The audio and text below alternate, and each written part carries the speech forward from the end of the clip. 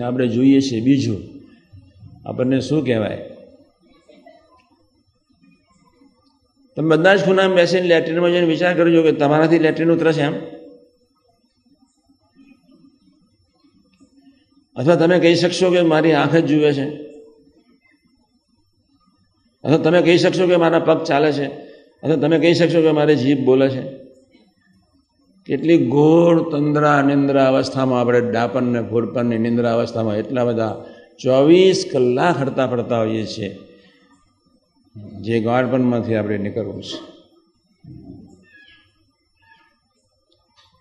બરોબર યાદ રાખજો. નપાસ થવાય, નો પ્રોબ્લેમ. સ્વાધ્યાય ભજન મસ્ટ, ગોષ્ઠી મસ્ટ, કેસેટ મસ્ટ. સમય બગાડતા આપણે તો ઘણી રીતે સમય બગાડીએ છીએ અને ઘણી રીતે સમય બગાડી શકીએ બી નહીં.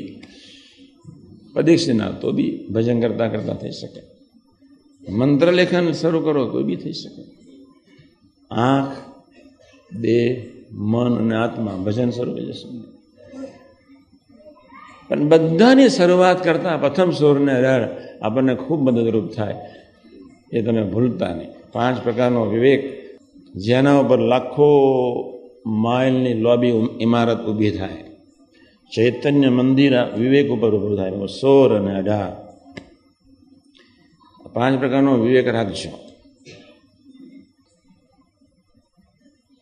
આપણા હૃદયના ઊંડાણમાં એક કેફ હોવો જોઈએ.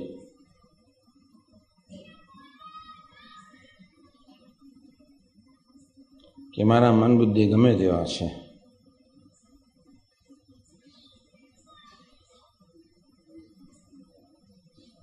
પણ મારી ઉપાસના સર્વોપરી છે. સમ્રાટ સહજાનંદ કોઈક અલગ ચીજ છે, અલગ વ્યક્તિત્વ છે,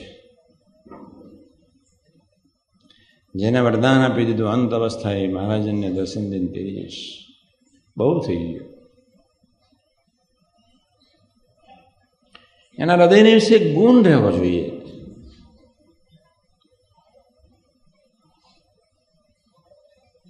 એ હું સંતોને અખંડ રાખીશ, સંતો થકી રહીશ. કોઈ એમ માને કે મને મનુષ્યભાવના સંકલ્પ નથી ઉઠવાના, આવતા જન્મે આવજો.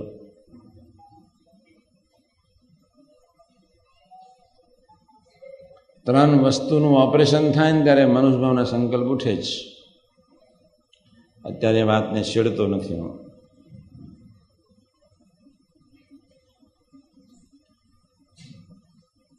આપણે અંતરથી વિચાર આટલો જ કરવાનો છે. નાપાસ થઈએ ત્યારે આપણે સ્વાધ્યાય ભજન મસ્ટ. બહુ નાનકડા પ્રસંગો છતાંય આપણે વિચારને તો પામીએ કે બાપાને કેવું મહિમાનું મામ્યા. બાપા કેટલા સહજ અવસ્થાથી વર્તતા, ગંભીરતાને સહજ આનંદમાં 1 સેકન્ડમાં લઈ જાય. એમના યોગી મહારાજ હસતા હસતા જ બહાર નીકળે. ગોંડલ મંદિરના કોઠારમાં 2 સાધુ ઝઘડતા હતા. એટલામાં સ્વામીજી ગોંડલી નદીમાં પાછળ બેસી દરરોજ સાંજના બેસવા જાય જુદી જુદી જગ્યાએ. કોઠારના 3 પગથિયાં ચડતા હતા અને પેલો અવાજ જોયો તો કોઠાર મને કે અવાજ અંદર છે, શું ચાલે છે ખબર નથી. સાહેબ કે જઈએ. 2 સાધુ ગરમા ગરમીમાં હતા.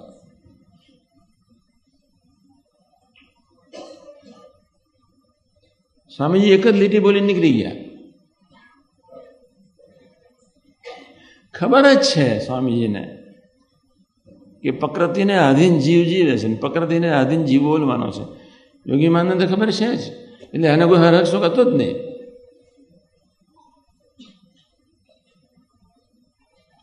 બહુ સાદી એક જ લીટી બોલીને ત્યાંથી નીકળી ગયા. આપણને તો કઈ કેટલા પ્રકારના વિચારો આવા સાધુ હોવા જોઈએ હતા હોય. એટલું જ બોલ્યા બસ. શાસ્ત્રીમાનને જેવું ગમે એટલું તેવું બોલવું. જય સ્વામી, પેલા ઠંડા થઈ ગયા. શાસ્ત્રીમાનને જેવું ગમે એવું બોલવું. બંનેને શાંત પાડી દીધા એક જ લીટીમાં. ગાથા કરવી પડી નહીં. જય સ્વામિનારાયણ. હસતા હસતા સ્વામી કે ચાલો આપણે નહીં લઈએ, પછી ઉકારો પીવાનો છે, પછી આજે સભા કરવાની છે, પછી આજે બધા યુવકો વાતો કરે એવું ગોઠવો. એવું યુવકોની વાતો ન ફાવે. આપણે નો શબ્દ ન બોલવા. આ જોગી 6ઠું ધોરણ પાસ કરીને જ આવ્યો છે. પછી હસતા હસતા કે તમે મારા કરતાં ડબલ બન્યા છો. બોલવાનો ચાન્સ જ નહોતો. તમે મારા કરતાં ડબલ બન્યા છો. તમે બધા મારા કરતાં ડબલ બન્યા છો. આ જોગી તો 6ઠું ધોરણ પાસ કરીને આવ્યો છે, તો થોડું થોડું બોલતા શીખી ગયો. એટલી આમ નેચરલ અવસ્થામાં વાતો કરે, એટલી નેચરલ અવસ્થામાં. આપણે જ્યારે ડાપણના બોર્ડ પરના માનવ સ્વભાવના જ્યારે દર્શન કરીએ ને ત્યારે આપણને એમ લાગે કે આટલી અદ્ભુત પ્રાપ્તિ હોવા છતાં આપણે એક શુદ્રતા કેમ જતી નહીં હોય. ખૂબ વિચારને પામવાનું છે. મારો કહેવાનો મતલબ એટલો જ છે.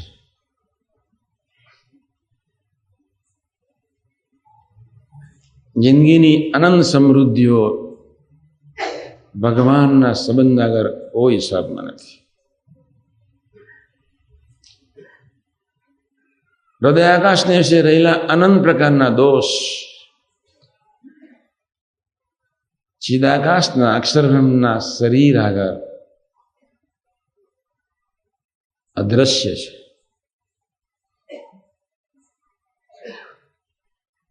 અને પરંપરામાં જ્યારે બેઠા હોય ત્યારે એનો હૃદયને વિશે ભાર રાખવો, એના જેવું કોઈ ધરતી પર ભયંકર પાપ નથી. પુણ્ય એનું નામ, વિશ્વાસ, સંબંધનો વિચાર, લીલાચર પર ગમાડવા તે. પાપ એનું નામ, અભાવ,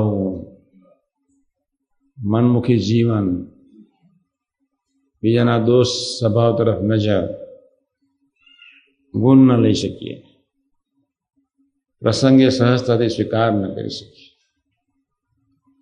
અને પોતાનો ભાર લઈને ફર્યા કરે. આપણે પુણ્યમાં જ રાચવું છે, ભારનો પ્રલય કરવો છે. આજના શુભ મંગળકારી દિવસ ફરી પ્રસંગ કહીશું બે. આટલા તો ઘણા કહેવાય. મહારાજને સ્વામી શાસ્ત્રીમાં યોગી મહારાજ, કાકાજી, પપ્પાજી, સાહેબ, સ્વામીજી સૌના ચરણારવિંદમાં એક જ પ્રાર્થના, ખૂબ વિચારમાં રહેજો. વિચાર એટલે પોઝિટિવ. ગુણાતીત પુરુષો ખૂબ ખૂબ બળ આપે. આવતું વર્ષ ખૂબ સંબંધવાળું બને એવી જ અંતરની પ્રાર્થના. સહજાન સ્વામી મહારાજ.